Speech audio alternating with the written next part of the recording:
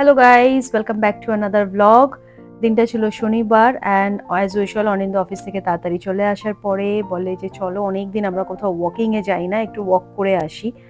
Normally exercise walking that is a different part, but দুজনে একসাথে একটু টাইম কোয়ালিটি টাইম স্পেন্ড করা আমরা আগে তো খুব করতাম, বাট এখন আর টাইমে হয়ে ওঠে না।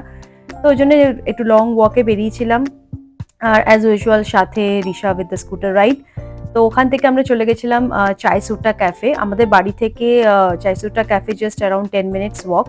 ওখান থেকে আমাদের বাড়ি থেকে ইভেন দো কর্নিশও জাস্ট 10 মিনিটস ওয়াকের ডিস্টেন্স।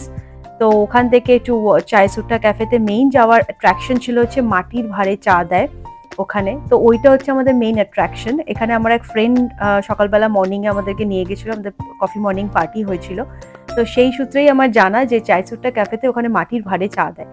তো যাই হোক, ওখানে মাটির ভাঁড়ে দুজনে মিলে একসাথে চা খেয়ে সেই কলকাতার আমেজটা মানে রিকল করে ওখান থেকে বেরিয়ে পড়লাম। বেরিয়ে একটুখানি কর্নিশে ওয়াক করে রিশা একটুখানি পার্কে খেললো।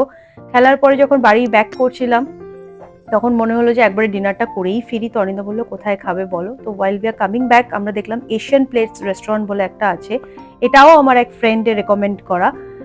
Thanks to Soumya so much. তো ওইখানে ঢুকে তো আমি এবং অনিন্দ দুজনেই আমরা থাই ফুড লাভার বলতে পারো। তো ওখানে আমরা অর্ডার করেছিলাম green curry Thai chicken with steamed rice আর কি ওদের দেয়, এটার সাথে রাইসটা কমপ্লিমেন্টারি। অ্যান্ড ফর রিশার জন্য আমরা অর্ডার দিয়েছিলাম pepper something pepper chilli chicken with choice of fried rice. তো ওর সাথে এগ ফ্রাইড রাইস নিয়ে নিয়েছিলাম। তো দুর্ধর্ষ খাবার।